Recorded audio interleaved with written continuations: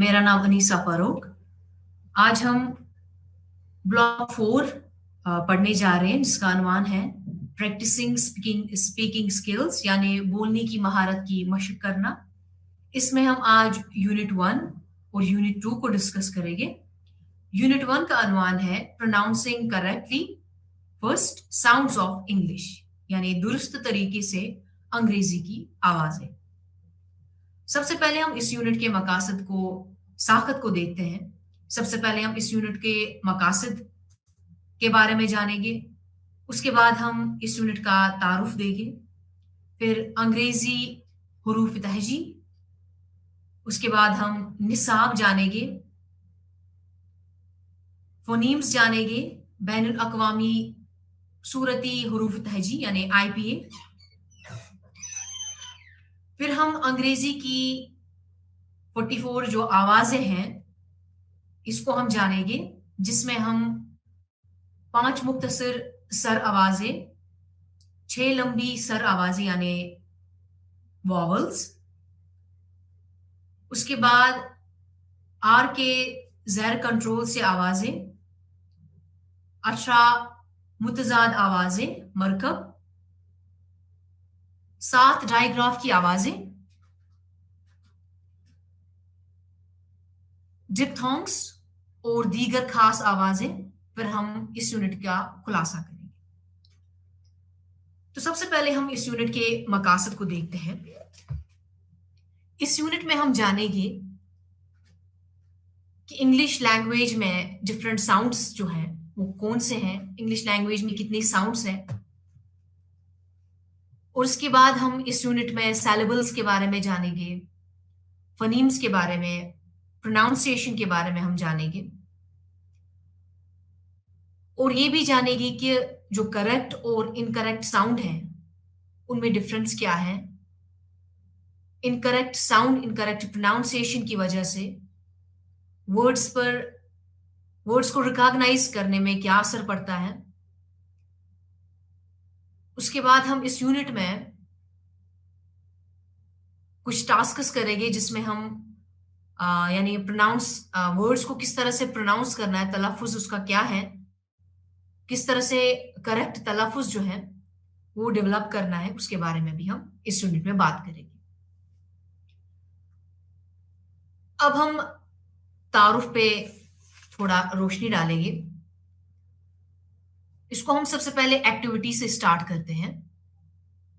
जैसे कि English language जो है इसमें साउंड्स और लेटर में जो है 1 to 1 कॉरस्पॉन्डेंस नहीं है, यानी जो लेटर है उसका जो एक्चुअल साउंड जो है वो डिफरेंट होता है लेटर से। जैसे कि इंग्लिश लेटर को बी को लेते हैं हम, इंग्लिश लेटर बी। जो इंग्लिश लेटर बी है उसका साउंड जो है वो लेटर से डिफरेंट है। कैसे? जैसे एक मिसाल लेते हैं हम। जो वर्ड बी है, यानी जो कुछ वर्ड्स जो बी लेटर से स्टार्ट होते हैं, वो जैसे बैग, बस, बेल वगैरह। तो इस बैग, बस, बेल जो है ये तो बी लेटर से स्टार्ट होता है, लेकिन इसका जो साउंड है वो लेटर बी नहीं है। इसका साउंड जो है वो बी नहीं है, बल्कि इसका साउंड जो है वो ब है। इसी तरह एक और एग्जाम्पल लेते हैं। जो इंग्लिश लेटर आर जो है उसका जो साउंड है, वर्ड्स के अंदर उसका जो साउंड है वो बिल्कुल डिफरेंट है। जैसे कुछ वर्ड्स जो आर लेटर से स्टार्ट होते हैं, जैसे कि राउंड, रिंग। जो राउंड और रिंग जो है इसका लेटर जो आर से स्टार्ट होता है, इसका साउंड जो है वो बिल्कुल डिफरेंट है। वो आर साउंड नहीं है, बल्कि वो र साउंड है। इसी तरह वॉवल्स जो है, इंग्लिश लैंग्वेज में 5 वॉवल्स है, जैसे ए, ई, आई, ओ और यू। लेकिन ए, ई, आई, ओ, यू जो है इनका साउंड जो है वो भी डिफरेंट होता है। वो सब डिपेंड है वर्ड्स के अंदर जो बाकी कॉन्सोनेंट होते हैं वो उन सब पे डिपेंड है। तो जो वॉवल लेटर्स हैं, ए ई आई ओ यू, उनका जो साउंड है वो वर्ड्स में डिफरेंट रहता है। यानी इंग्लिश लैंग्वेज में लेटर्स और साउंड्स में काफी डिफरेंस है। तो इंग्लिश लैंग्वेज में जो अपने सेट ऑफ साउंड्स होते हैं, इस लैंग्वेज के अपने सेट ऑफ साउंड्स हैं, यानी कितने साउंड्स है इस लैंग्वेज के अंदर, उसको हम यूजुअली फोनोलॉजी से हम उसको पहचानते हैं, उसको हम फोनोलॉजी कहते हैं।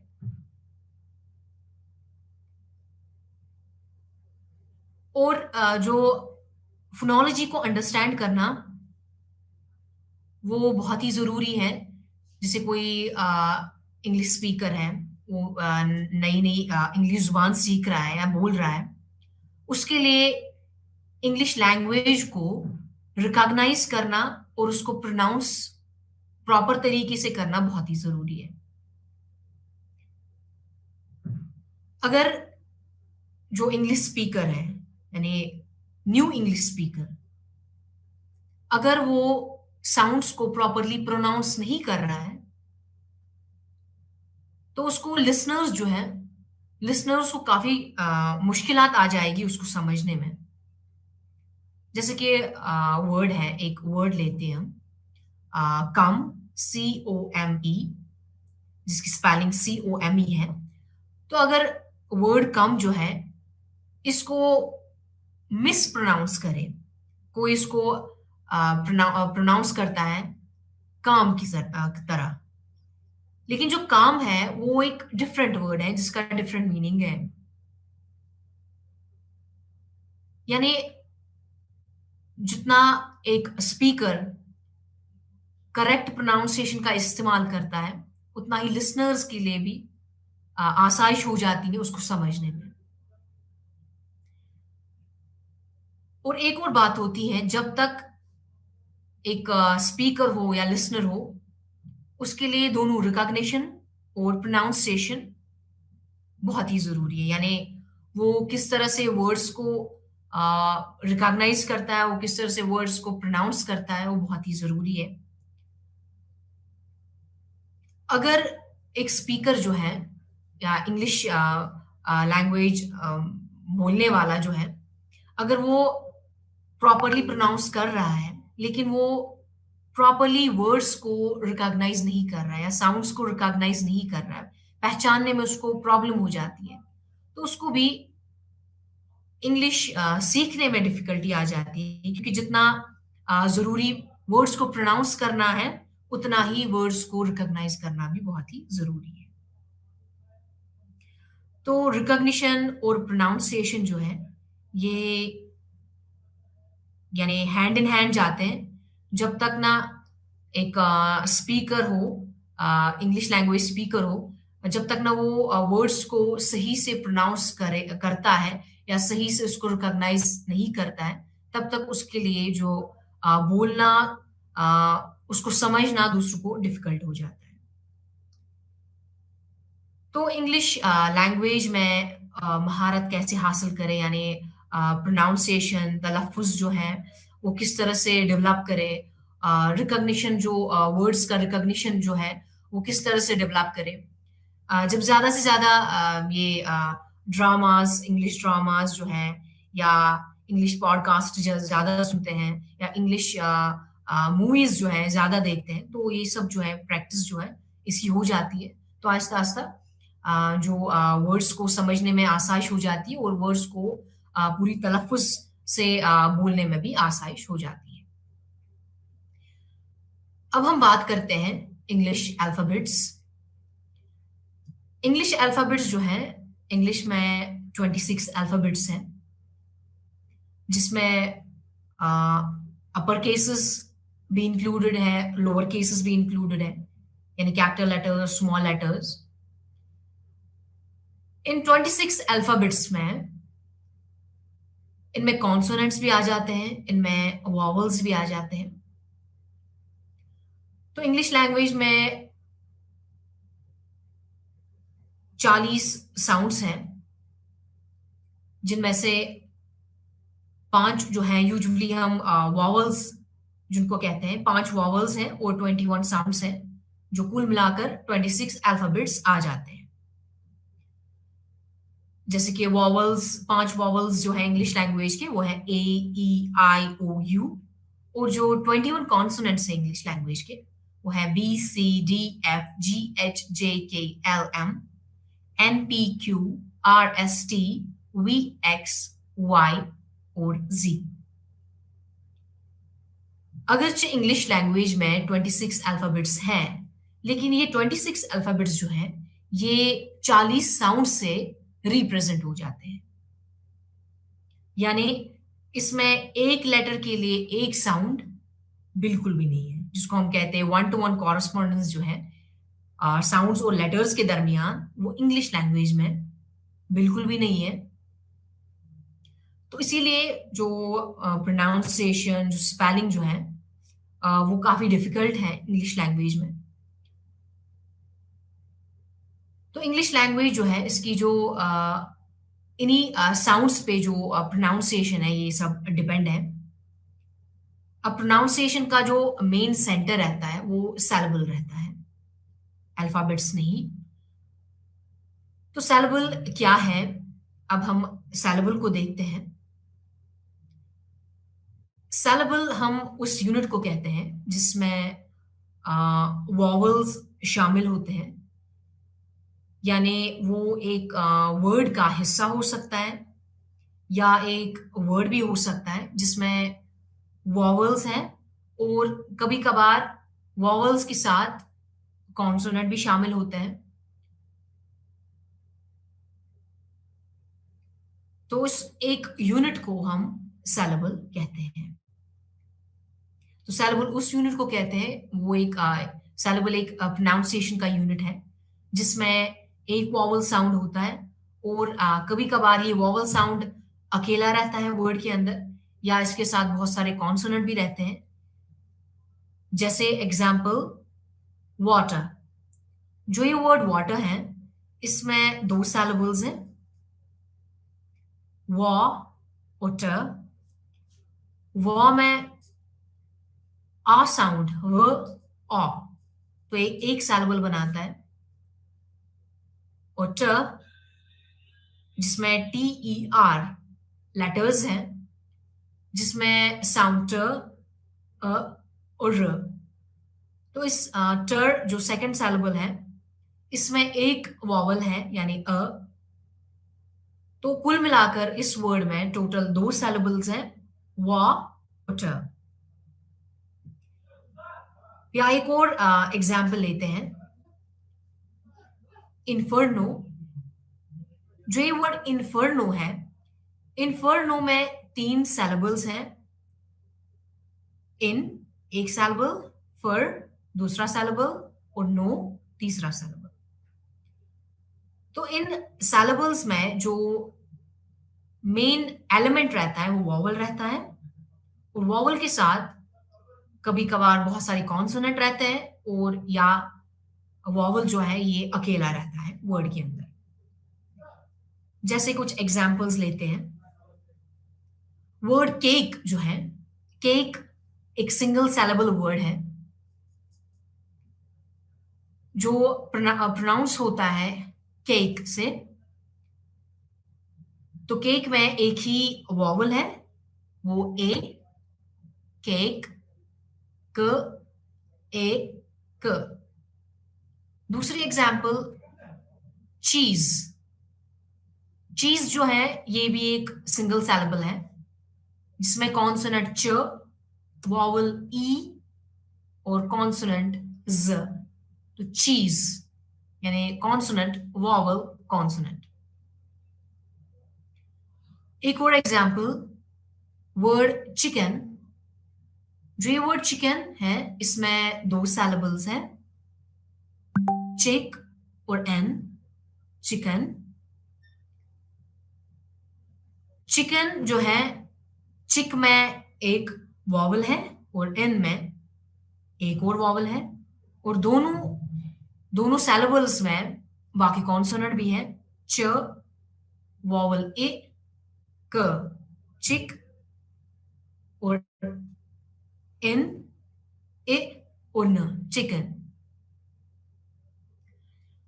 अब इसके बाद हम फनीम्स को देखते हैं। फनीम जो है ये जो स्पोकन फॉर्म में, जो स्पोकन लैंग्वेज में साउंड्स जो हैं उनको हम फनीम्स कहते हैं। जैसे कि वाटर, वाटर में 2 सैलेबल्स हैं, लेकिन इस वाटर में 4 फनीम्स हैं, यानी व, अ, ट, अ, र। र जो है ये एक सिंगल फनीम है, व, ट, व, अ, ट, र, वाटर। इसी तरह जो वर्ड हमने देखा इनफर्नो, इन्फर्नो हमें हमने देखा इसमें 3 सैलेबल्स हैं। 3 सैलेबल्स होने के अलावा इनमें 7 फनीम्स हैं, ए, न, फ, अ, र, न, ओ, इन्फर्नो। लेकिन हमें इस बात का ख्याल रखना चाहिए कि जैसे हम जो फनीम्स हैं, फनीम्स को हम लेटर के बेसिस पे काउंट नहीं करते हैं। जैसे कि वाटर में हमने देखा अर जो है ये एक फनीम है, और जो इन्फर्नो जो है इसमें जो लेटर्स हैं वो साउंड को रिप्रेजेंट करते हैं, लेकिन ये हर जगह पॉसिबल नहीं है। हर जगह ऐसा हम नहीं देख सकते कि जो लेटर्स है वो साउंड को रिप्रेजेंट करते हैं, तो इस बात का हमें ख्याल रखना चाहिए। अब इंग्लिश लैंग्वेज की ओर देखते हैं। इंग्लिश लैंग्वेज में जब हम लेटर्स लेटर्स जो हम 26 लेटर्स जो इसमें है, लेकिन 26 लेटर्स के लिए 26 साउंड्स नहीं है बल्कि 40 साउंड्स है, यानी 1-to-1 रिप्रेजेंटेशन नहीं है इंग्लिश लैंग्वेज के अंदर। इसमें जितने लेटर्स हैं उतने फनीम्स बिल्कुल भी नहीं है, उससे कहीं ज्यादा फनीम्स देखने को मिलते हैं। तो इंग्लिश को हम यूजुअली सेमी फोनेटिक लैंग्वेज कहते हैं, क्योंकि जो ग्राफीम्स रहते हैं, यानी रिटन फॉर्म जो साउंड की रहती है उसको हम ग्राफीम कहते हैं। तो ग्राफीम और फनीम्स जो है ये इनमें कॉरस्पॉन्डेंस नहीं है। तो यूजुअली जो फनीम्स हैं, यूजुअली जो लेटर्स हैं, वो लेटर्स 26 लेटर्स जो हैं वो 26 साउंड से ज्यादा रिप्रेजेंट हो जाते हैं। तो एक इंग्लिश लैंग्वेज के लिए, खाली इंग्लिश लैंग्वेज के लिए नहीं बल्कि हर किसी जुबान के लिए एक जनरल एक चार्ट है, यानी इंटरनेशनल फोनेटिक अल्फाबेट आईपीए जिसको हम कहते हैं। आईपीए में पूरे साउंड्स रहते हैं, जिससे कोई भी लैंग्वेज जो है किसी भी लैंग्वेज की साउंड्स उसमें देख सकते हैं हम, यानी जो जितने भी पॉसिबल साउंड्स हैं उस आईपीए इंटरनेशनल फोनेटिक अल्फाबेट यानी आईपीए में देख सकते हैं हम।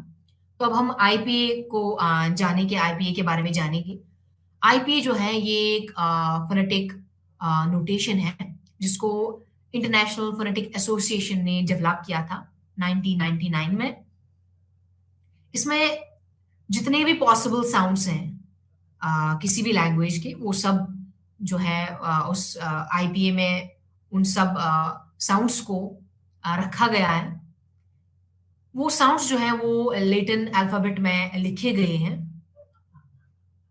सो ये एक स्टैंडर्डाइज्ड सिस्टम है किसी भी ओरल लैंग्वेज को जानने के लिए। तो आईपीए जो है इसमें वर्ड्स की प्रोनाउंसिएशन नहीं होती है, बल्कि इंडिविजुअल साउंड्स जो है स्पोकन इंग्लिश के इंडिविजुअल साउंड्स हैं उनमें वो सब शामिल है, उनको देख सकते हैं हम। जैसे कि एक और जो इंग्लिश स्टैंडर्ड प्रोनाउंसिएशन जो है उसको हम कहते हैं, या इंग्लिश स्टैंडर्ड एक्सेंट जो है उसको हम रिसीव्ड प्रोनाउंसिएशन कहते हैं, आरपी।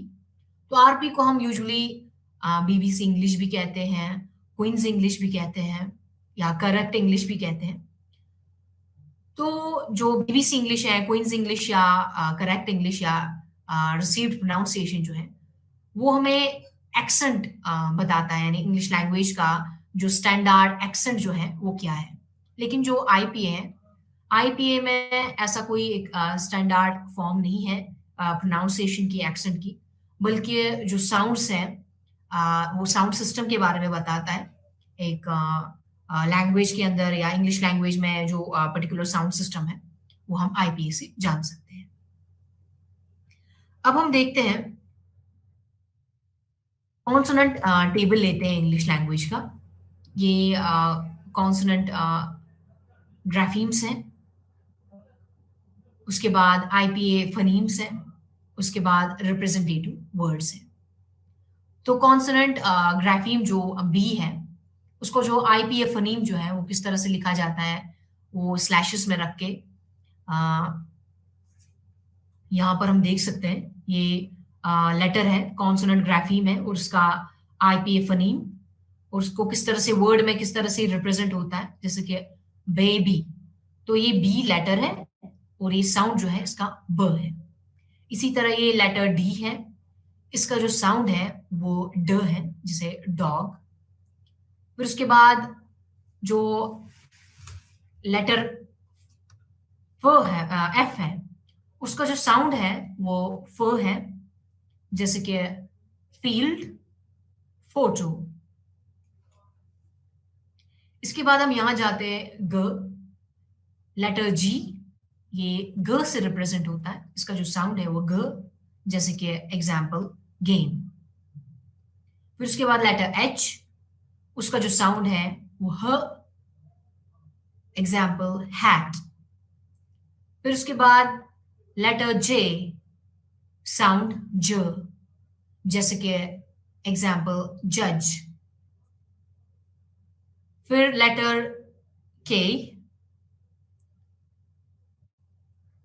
इसका जो साउंड है वो क, जैसे कि कुक या क्विक।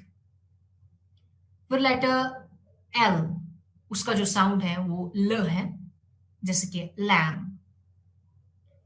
फिर देखते हैं हम लेटर एम, उसका जो साउंड है वो म है, जैसे कि मंकी। फिर लेटर एन, उसका जो साउंड है वो न है, जैसे कि नट, नाइफ। फिर letter N G, N G जो है ये इसका जो साउंड है वो है अंग, यानी रिंग, सिंग। फिर लेटर पी, उसका साउंड प, जैसे पेपर। फिर हम देखते हैं लेटर आर, उसका साउंड जो है वो र है, जैसे रैबिट, रॉन्ग। फिर लेटर एस, उसका साउंड स, जैसे सन। फिर लेटर टी, उसका जो साउंड है वो ट है, जैसे टैप। फिर लेटर वी, उसका साउंड जो है वो है, जैसे वैन।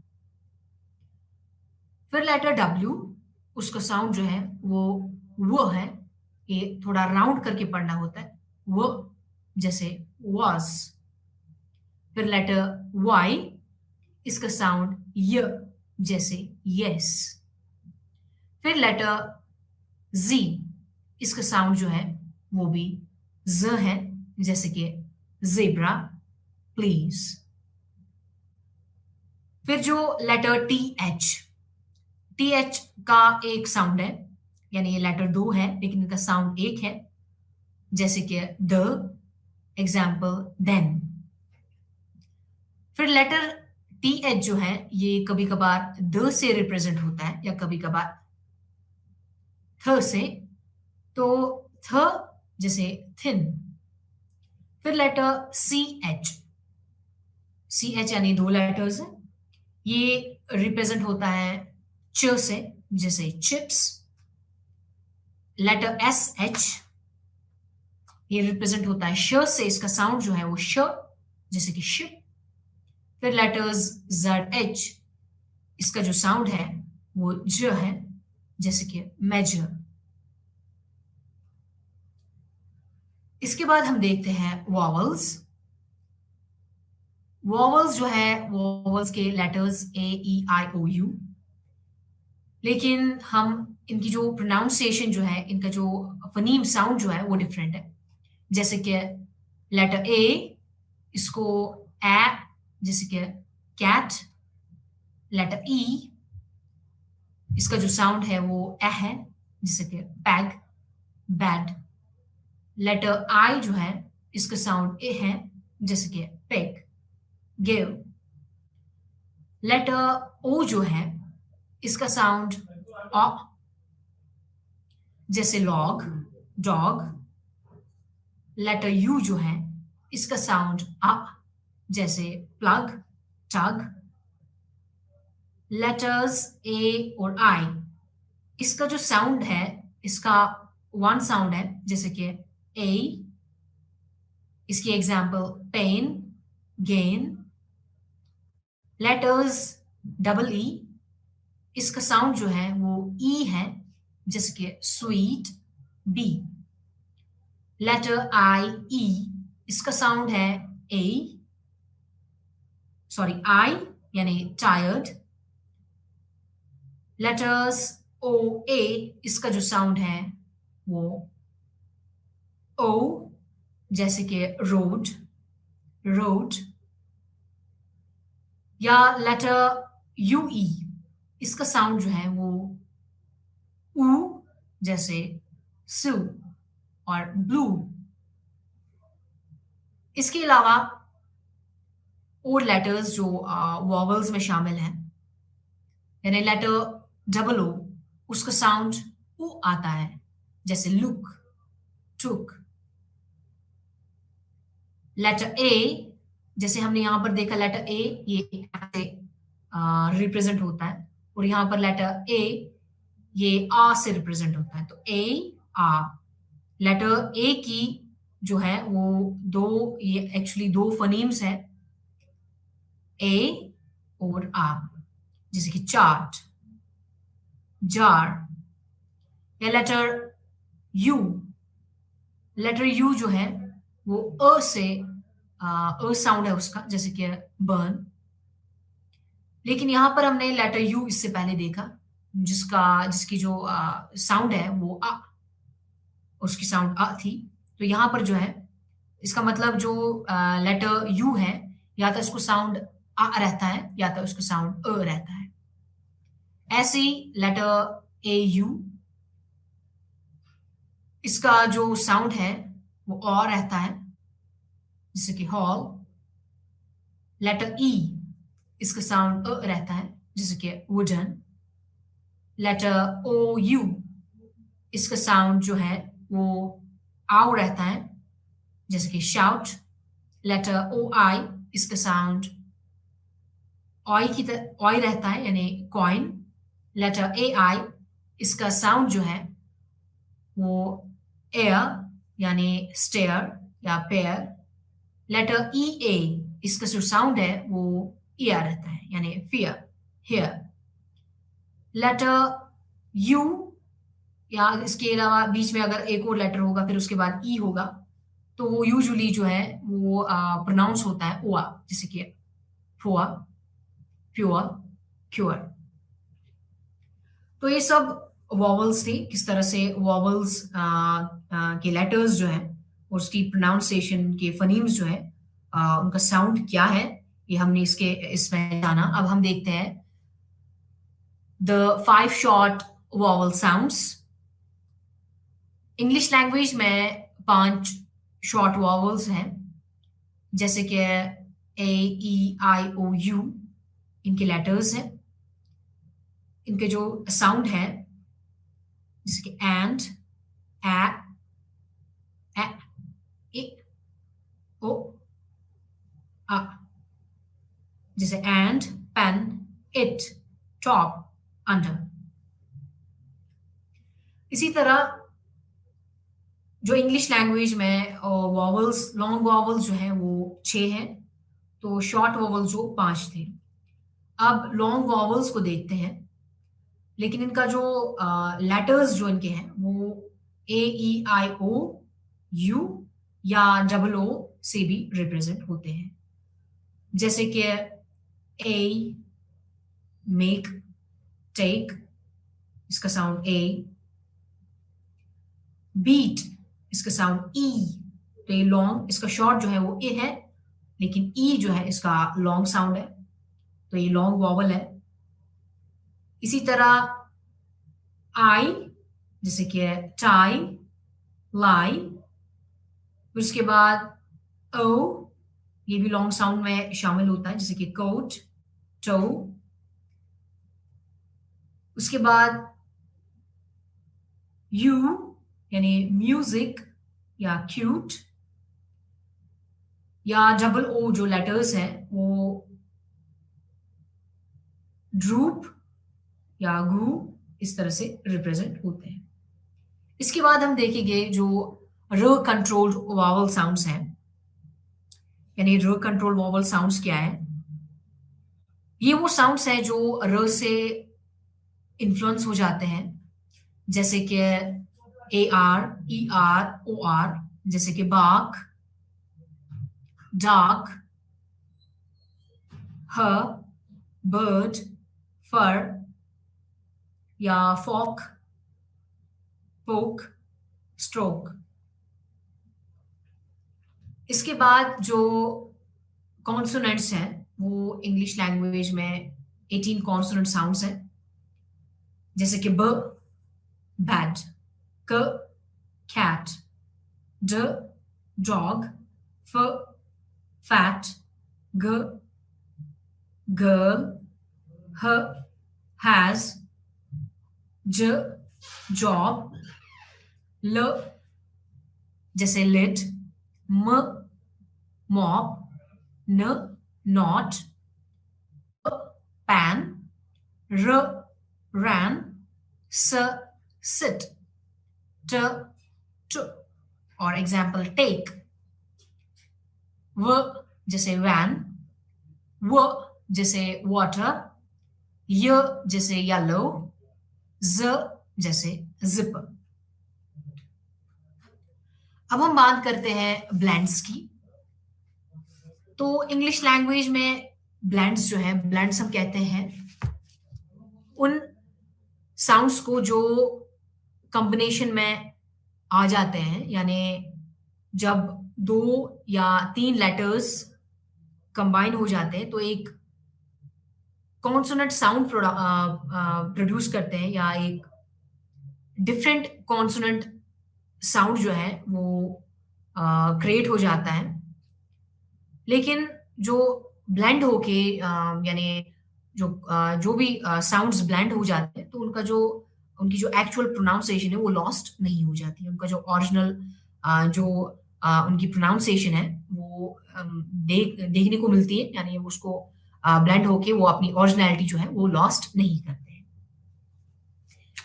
जैसे कि बर्ल जो है यूजुअली इनको टुगेदर देखा जाता है, एक साथ देखा जाता है, इनको हम क्लस्टर्स भी कहते हैं।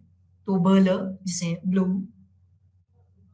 कर्लर जैसे क्लैप, या इसको हम लेटर से भी इसको हम पढ़ सकते हैं, जैसे कि बी और एल जो है ये इसकी जो स्पेलिंग है ब्लू, सी एल जैसे क्लैप, या पर्लर फ्लाई, गर्लर ग्लू, पर्लर प्ले, बर्र ब्राउन, कर्र cry, durr dry, furr fry, grr great, purr prize, turr tree, circle skate, surler slip, surper spot, surter street, server sweet, surper spray, या इस तरह का तीन क्लस्टर्स देखने को मिलते हैं, यानी तीन साउंड्स जो हैं वो ब्लेंड हो जाते हैं। या स ट र यानी स्ट्रिप, स्ट्राइप, स्ट्रैप इनकी एग्जाम्पल। अब हम बात करते हैं डायफ्रेम्स की, यानी ग्राफ साउंड की। तो ग्राफ जो है, जब दो कॉन्सोनेंट्स मिल जाते हैं तो एक डिफरेंट साउंड जो है वो क्रिएट हो जाता है, यानी उनकी जो ओरिजिनलिटी जो है, इंडिविजुअल साउंड्स की ओरिजिनलिटी जो है वो लॉस्ट हो जाती है, तो एक डिफरेंट साउंड जो है वो प्रोड्यूस हो जाता है। जैसे एग्जाम्पल है, जब लेटर सी और एच जो है ये ब्लेंड हो जाता है, इसका जो एक नया फनीम डेवलप हो जाता है, जैसे कि सी एच का च बन जाता है, एस एच का श बन जाता है, टी एच का थ बन जाता है, या टी एच का द भी बन जाता है। फिर डब्ल्यू एच का व भी बन जाता है, एन जी का अंग साउंड बन जाता है, और एन के का भी अंग। तो इस तरह जो है ब्लेंड, या तो ब्लेंड में इसकी जो प्रोनाउंसिएशन जो है साउंड्स ब्लेंड हो जाती है, लेकिन इनकी जो ओरिजिनलिटी है साउंड्स की वो सेम रहती है। लेकिन डाइग्राफ वो वाले साउंड्स होते हैं जिनको जो ब्लेंड हो जाते हैं, लेकिन उनकी जो ओरिजिनल साउंड जो है वो लॉस्ट हो जाती है, एक नई साउंड जो है वो क्रिएट हो जाती है। अब हम देखते हैं डिप्थोंग्स और उनके अदर स्पेशल साउंड्स, बाकी सारे स्पेशल साउंड्स के बारे में हम जानेंगे। तो डिप्थोंग्स जो है, डिप्थोंग्स यूजुअली दो वॉवल्स से बनता है। तो जब दो वॉवल्स जो ब्लेंड हो जाते हैं तो एक नया साउंड बनाते हैं।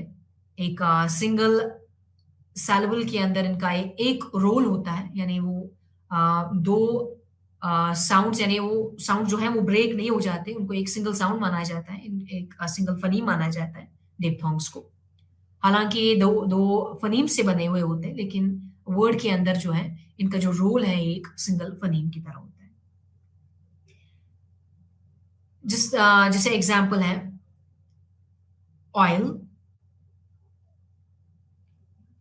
या टॉय, यानी ऑय साउंड जो है ये डिप्थोंग है। ओ साउंड जो है ये भी डिप्थोंग है। ये ओ और वो से बना हुआ है, तो अवल या ए, डिप्थोंग ए जो है, जैसे रेन। या बाकी स्पेशल साउंड्स जो हैं, जैसे डबल ओ या तो यूजुअली जो है ये ऊ से रिप्रेजेंट होता है, जैसे टुक या पुल। या साउंड लेटर्स जो है ए डब्ल्यू, ये ओ जो है ओ से रिप्रेजेंट होता है, जैसे कि रॉ। या जेड एच, ये ज से रिप्रेजेंट होते हैं, जैसे विजन। तो ये सब जो है डिप्थोंग्स और स्पेशल साउंड्स। यूजुअली जब हम किसी भी या फनीम्स को रिप्रेजेंट करते हैं, जैसे इंग्लिश लैंग्वेज के फनीम्स को रिप्रेजेंट करने हैं, तो हम यूजुअली स्लैश से इसको रिप्रेजेंट करते हैं। जैसे कि बी जो है ये लेटर है, अगर इस बी को स्लैशेस के अंदर रखा तो ये फनीम बन जाएगा इसका। इस तरह से पी जो है ये लेटर है, अगर पी को स्लैशेस में रखा जाएगा तो इसका साउंड बन जाएगा, यानी फनीम। इसके बाद कुछ रूल्स हैं, यानी जो ड है, वर्ब्स जो यूजुअली ड पे एंड हो जाते हैं तो उनको ड ही पढ़ा जाता है, जैसे कि अराइव्ड, एंजॉयड, प्लेड। तो ये लास्ट में PLAYED जो इसकी वोकैबुलरी है, इसकी स्पेलिंग जो है वो ड पे खत्म हो जाती है, तो उस ड को प्रोनाउंस किया जाता है। लेकिन कभी कभार उस ड को ट में चेंज किया जाता है, जैसे वर्कड, वॉचड, स्टॉप्ड, वॉशड। तो यहां पर भी जो साउंड ये वर्ड है वो एंड जो है वो ड पे हो जाता है, जैसे कि वर्कड, WORKED, लेकिन यहाँ पर ट इसका उसको जो इसकी जो प्रोनाउंसिएशन है उसको ट में चेंज किया जाता है। तो यानी जो ड है वो कभी कभार ट में प्रोनाउंस होता है तब जब साउंड जो है वो उसका जो इनिशियल साउंड है वो प, क, फ, स, च या श हो।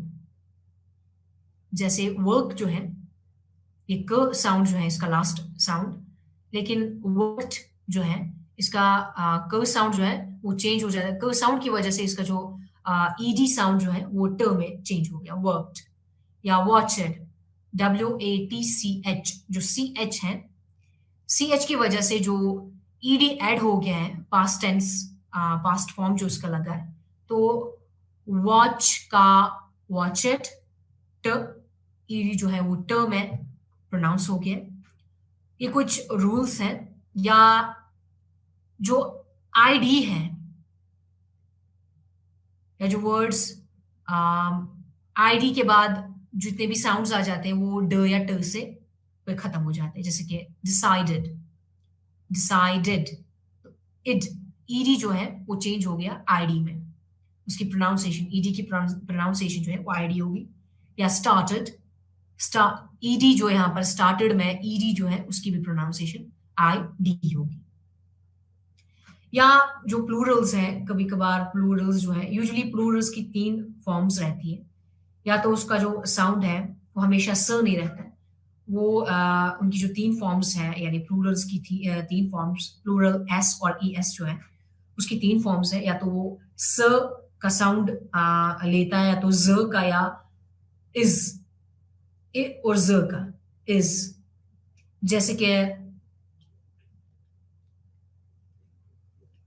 जैसे पिक्स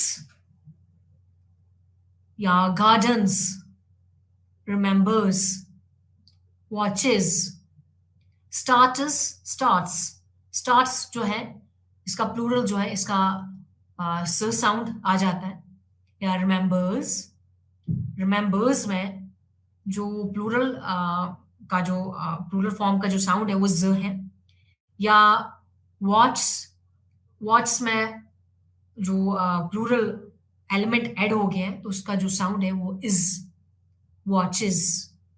तो इस तरह से इसकी 3 फॉर्म्स हैं। वैसे हम देख सकते हैं hisses, the sound of a snake which hisses, the sound of a bee which buzzes। इसके बाद अब हम देखते हैं कि स जो है वो कहाँ पर, जो प्लूरल फॉर्म जो है स साउंड कहाँ पर आ जाता है, या ज साउंड जो है वो कहाँ पर आ जाता है, या इज साउंड जो है वो कहाँ पर आ जाता है। स साउंड जो है यूजुअली वॉइसलेस साउंड्स के बाद जो है, अगर कोई भी वर्ड उसका जो लास्ट वाला साउंड वॉइसलेस है तो उसमें जो है प्लूरल फॉर्म उसकी जो बन जाएगी, उसका जो उसकी प्रोनाउंसिएशन जो है वो स होगी। यानी जैसे शी लॉफ्स, शी लॉफ, फ जो है इसका प्लूरल फ की वजह से स आ जाएगा, लॉफ्स, लॉफ्स नहीं, लॉफ्स। ही आस्क्स, आस्क्स, स साउंड। या प जैसे कप, अब इसका प्लूरल फॉर्म कप्स, तो स। वैसे ही हम देखते हैं ज साउंड जो है वो कहां पर आ जाता है। ज साउंड यूजुअली वॉइसड साउंड्स के बाद जो है वो ज साउंड आ जाता है। यानी कोई भी वर्ड जो एंड हो जाता है वॉइसड साउंड पे तो उसकी जो प्लूरल फॉर्म है वो उसकी जो प्रोनाउंसिएशन है वो ज होगी। जैसे पब, ब जो है ये वॉइसड साउंड है, तो ब की वजह से इसका जो प्लूरल फॉर्म जो है वो ज आ जाएगा, जैसे कि pubs, beds, bags, vowels, drums, तो ज। वैसे हम देखते हैं यानी किन साउंड्स के पीछे किस प्लूरल फॉर्म में जो इज साउंड जो है वो कहाँ पर आ जाता है। जैसे ज साउंड पे अगर कोई वर्ड ज साउंड पे एंड हो जाता है तो उसकी जो प्लूरल फॉर्म जो है वो इज आ जाती है। जैसे वेज, वेज, उसकी जो प्लूरल फॉर्म है वेज। बस, इसकी जो प्लूरल फॉर्म है बसेस, बज, बजेस। Bush, bushes. तो इस तरह इज फॉर्म, यानी जो प्लूरल है इसकी जो 3 फॉर्म्स है, या तो स, ज या इज। अब हम देखते हैं यूनिट 2 यानी प्रोनाउंसिंग करेक्टली, जो पार्ट 2 है। इसमें हम स्ट्रेस और रिदम पे स्ट्रेस और रिदम को देखेंगे, किस तरह से कनेक्टेड स्पीच में स्ट्रेस और रिदम का क्या रोल रहता है। तो सबसे पहले इस यूनिट के साकत को देखते हैं। सबसे पहले मकासद, फिर इस यूनिट का थोड़ा तारुफ देंगे, फिर इस यूनिट के ताल के बारे में हम जानेंगे, तनाव, हुरूफी तनाव, लफ्जी तनाव, अंग्रेजी में ताल और तनाव का असर, इंटोनेशन, गिरने की आवाज, बढ़ती हुई आवाज यानी फॉलिंग वॉइस या फॉलिंग टोन, राइजिंग टोन, उरूज व जवाल, जवाल व उरूज, फॉलिंग राइजिंग यानी राइजिंग फॉलिंग। उसके बाद हम तलफ़ुज़ की सरगर्मियों के साथ अपनी अंग्रेजी ताल को बेहतर बनाएंगे। फिर हम इको एक्टिविटीज करेंगे, नकल व हरकत की सरगर्मी करेंगे, उछालने वाली गेंद की सरगर्मी। फिर हम इस यूनिट का खुलासा करते हैं। तो सबसे पहले इस यूनिट के मकासद को हम देखते हैं। इस यूनिट में हम जानेंगे कि स्ट्रेस जो है इसका रोल क्या है, यानी वर्ड्स के अंदर, वर्ड्स के लेवल पे, सेंटेंस के लेवल पे स्ट्रेस जो है वो कैसे इस्तेमाल होता है, इनका क्या रोल है। फिर हम इसके बाद जो है वीक फॉर्म्स क्या है, रिदम क्या है, किस तरह से रिदम को पहचानना है, किस तरह से वीक फॉर्म्स को पहचानना है, वो भी हम इस यूनिट में जानेंगे। उसके बाद हम बात करेंगे स्ट्रेस्ड सिलेबल्स जो है वो क्या होती है, प्राइमरी स्ट्रेस जो है, सेकेंडरी स्ट्रेस वो क्या है, रूल्स क्या है, यानी वर्ड स्ट्रेस के रूल्स क्या है, स्ट्रेस और रिदम में क्या डिफरेंस है, स्ट्रेस और रिदम को अटरेंसेस में किस तरह से इस्तेमाल करना है, इन सब पे हम नजर डालेंगे। तो सबसे पहले इस यूनिट के इंट्रोडक्शन हम देते हैं। जैसे कि हमने पिछले यूनिट में हमने देखा कि इंग्लिश लैंग्वेज में कॉन्सोनेंट्स कितने हैं, वॉवल्स कितने हैं, कॉन्सोनेंट और वॉवल की जो लेटर्स हैं वो क्या है, उनकी जो साउंड्स हैं वो क्या है, उनकी जो फोनेमिक रिप्रेजेंटेशन है वो क्या है, वो सब हमने पिछले यूनिट में डिस्कस किया। अब हम इस यूनिट में सेलेबल पे आ जाते हैं। सेलेबल को देखते हैं, सेलेबल क्या है, सेलेबल स्ट्रक्चर क्या होती है, उसके टाइप्स क्या होती है, वन वर्ड सेलेबल किसको कहते हैं, more than one word saleable किसको कहते हैं, और प्राइमरी स्ट्रेस किस तरह से वर्ड रिसीव करते हैं, सेकेंडरी स्ट्रेस क्या होता है, और स्ट्रेस और रिदम के दरमियान जो एक रिलेशन है उसको पहचानेगी। अटरेंसेस में हम किस तरह से स्ट्रेस और रिदम का इस्तेमाल करते हैं, और स्ट्रेस और रिदम का क्या रोल है इंग्लिश लैंग्वेज में। जितना वोकैबुलरी, जितना ग्रामर को जानना जरूरी है, उतना ही स्ट्रेस और रिदम को जानना बहुत ही जरूरी है।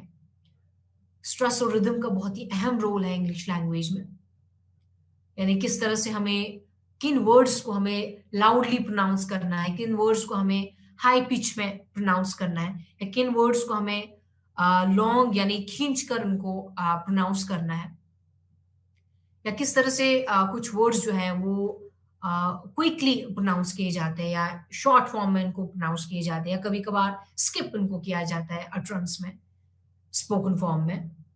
यूजुअली अगर हम मूवीज़ को देखते हैं इंग्लिश लैंग्वेज इंग्लिश मूवी जो है, उनमें सबटाइटल जो है वो अ, जब हम उसको देखते हैं उस मूवीज़ को इंग्लिश मूवी को हम देखते हैं विद सबटाइटल से, तो हम देखते हैं कि बहुत सारे ऐसे वर्ड्स हैं जो स्पीकर जो है या जो कैरेक्टर है, वो उन वर्ड्स को प्रोनाउंस नहीं कर रहा है या उन वर्ड्स को जो है वो बहुत ही धीमे से प्रोनाउंस कर रहा है।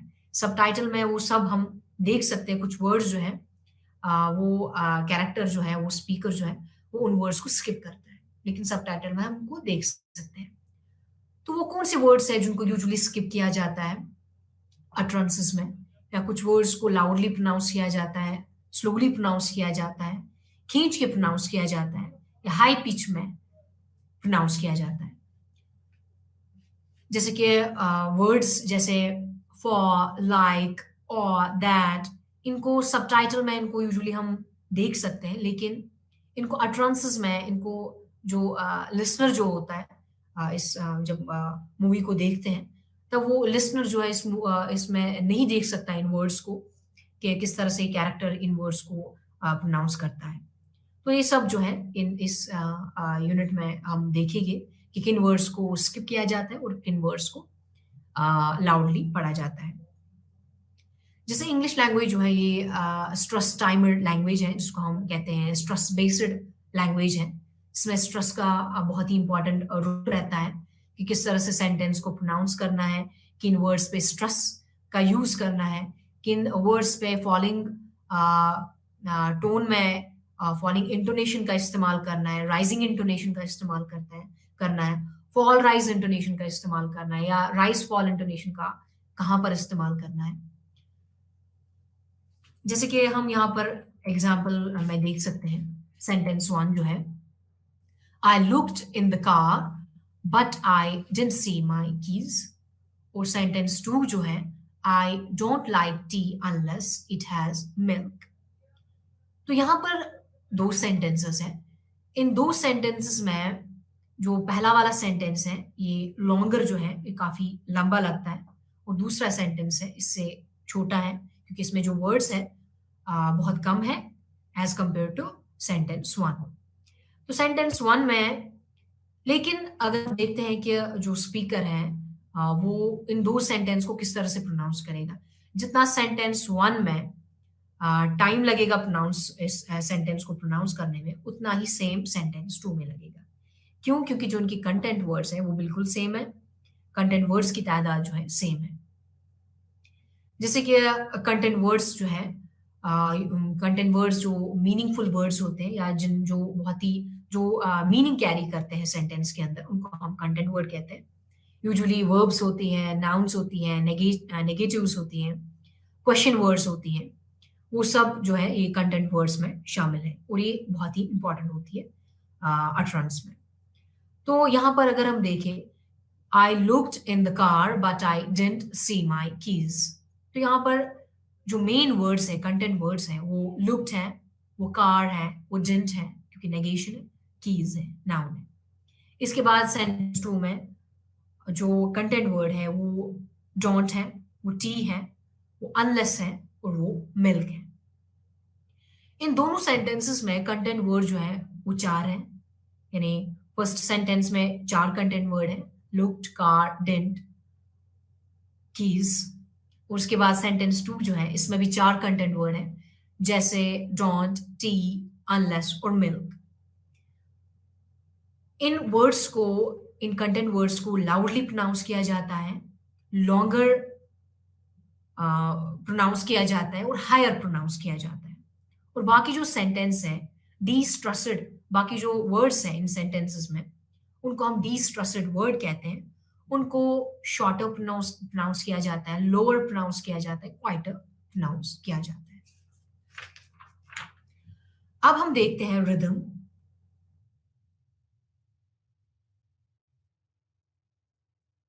रिदम जो है ये वर्ड ग्रीक वर्ड से डिराइव हुआ है यानी रिदमोस, जिसका मतलब है बेमायशुदा हरकत।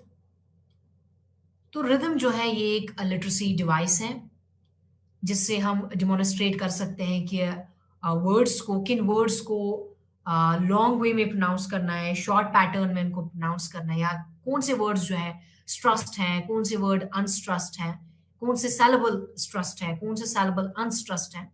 ये सब जो है ये रिदम में हम उसको देख सकते हैं।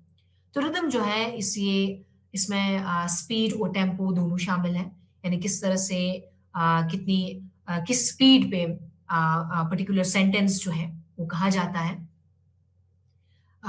यूजुअली इंग्लिश लैंग्वेज जो है जब एक नया बिगिनर जो होता है, बिगिनर जो इस इंग्लिश लैंग्वेज का जो स्पीकर है, जो यानी जो जिसने न्यूली इस इंग्लिश लैंग्वेज को सीखी है, तो वो किस तरह से वर्ड्स को प्रोनाउंस करता है। वो इनिशियल स्टेज पे एक रोबो की तरह इंग्लिश को बोलता है, क्योंकि वो रिदम का इस्तेमाल बहुत कम करता है। यानी रिदम कहाँ पर स्ट्रस का इस्तेमाल करना है, कहाँ पर अनस्ट्रस का इस्तेमाल करना है, किस तरह से इंटोनेशन का इस्तेमाल करना है, स्पीड का किस तरह से इस्तेमाल करना है। तो एक स्पीकर जो है वो जितना ग्रामर जो सीखना ज़रूरी है, जितनी वोकैबुलरी सीखना ज़रूरी है, उतना ही जो रिदम, प्रोनाउंसिएशन, स्ट्रस जो है, उतना ही सीखना ज़रूरी है। तो रिदम जो है, रिदम अल्फाज या मौसूकी के नोटों का एक मजबूत नमूना है जो मौसूकी, शायरी और रक़स में इस्तेमाल होता है। यूजुअली स्ट्रस जो है इसके 2 टाइप्स हैं, प्राइमरी स्ट्रस और सेकेंडरी स्ट्रस। प्राइमरी स्ट्रस यानी जो ज़्यादा प्रोमिनेंट रहता है सिलेबल के अंदर, जिसका इनिशियल स्ट्रस लगता है, उसको हम प्राइमरी स्ट्रस कहते हैं। और जो लेस प्रोमिनेंट रहता है, जस्ट लेस प्रोमिनेंट सिलेबल जो रहता है वर्ड के अंदर, उसको हम सेकेंडरी स्ट्रस कहते हैं। तो एक स्पीकर को पता होनी चाहिए कि प्राइमरी स्ट्रस जो है वो कहाँ पर यूज़ करना है और सेकेंडरी स्ट्रस जो है वो कहाँ पर इस्तेमाल करना है। तो स्ट्रस जो है यूजुअली एक स्मॉल मार्क से रिप्रेजेंट होता है, एक स्मॉल 1 की तरह एक वर्ड के ऊपर लगता है। यूजुअली हम डिक्शनरीज में इसको देख सकते हैं किस तरह से किन वर्ड्स पे, किस सिलेबल पे, वर्ड के अंदर किस सिलेबल पे स्ट्रस लगता है, क्या वो पहला वाला सिलेबल है, दूसरा वाला सिलेबल है, या तीसरा वाला सिलेबल है। तो ये सब जो है हम डिक्शनरीज में देख सकते हैं। इसी तरह हम बात करते हैं अब स्ट्रस पे। तो स्ट्रस जो है, स्ट्रस का माने जैसे कि किसी वर्ड के अंदर किस सिलेबल पे ज्यादा जोर देना, उसको हम स्ट्रस कहते हैं। या कौन सा वर्ड जो है, वर्ड का कौन सा पार्ट है जिसको हमें स्ट्रांगली बोलना है, यानी जोर से बोलना है, या किन वर्ड को हमें बहुत ही आहिस्ते, वर्ड की किस हिस्से को हमें आहिस्ता बोलना है। तो वो सब जो है वो स्ट्रस में शामिल है। जैसे कि वर्ड एग्जाम्पल लेते हैं हम, रिकॉर्ड। रिकॉर्ड में अगर हमने इसमें 2 सिलेबल है, रिकॉर्ड या रिकॉर्ड। अगर हमने रिक पे स्ट्रस डाला तो इसका जो मीनिंग है वो डिफरेंट है। यानी जो रिकॉर्ड एथलीट्स बनाते हैं उसको हम कहते हैं रिकॉर्ड। अगर हमने इसके दूसरे सिलेबल पे स्ट्रस डाला तो उसको हम यूजुअली कहते हैं, यानी उस रिकॉर्ड का मतलब यानी कॉपी रखना कहीं पर। तो स्ट्रस की वजह से भी मीनिंग जो है इसमें चेंजेस आ जाती हैं। तो एक स्पीकर को चाहिए कि स्ट्रस को सीखे, जिस तरह से वो वोकैबुलरी, ग्रामर उसको सीखता है किसी भी लैंग्वेज में, उसी तरह हमें स्ट्रस जो है इंग्लिश लैंग्वेज में स्ट्रस का रोल बहुत ही इंपॉर्टेंट है। जैसे कुछ एग्जाम्पल लेते हैं, I thought your brother was a bus conductor. अगर यहाँ पर थॉट पे स्ट्रस डाला, थॉट पे ज्यादा जोर डाला, तो इसका मतलब है मुझे लगा। या अगर इसी का एक दूसरी फॉर्म देखते हैं, I thought your brother was a bus conductor. अगर हमने योर पर योर वर्ड पे स्ट्रस डाला, इसका मतलब है यहाँ पर ज्यादा स्ट्रस जो है कि आपका भाई है, आपका दोस्त नहीं है। तो इस तरह से जो है वर्ड्स में स्ट्रस का रोल रहता है। तो स्ट्रस जो है वो भी काफी इंपॉर्टेंट है इंग्लिश लैंग्वेज में सीखना। आपका शुक्रिया।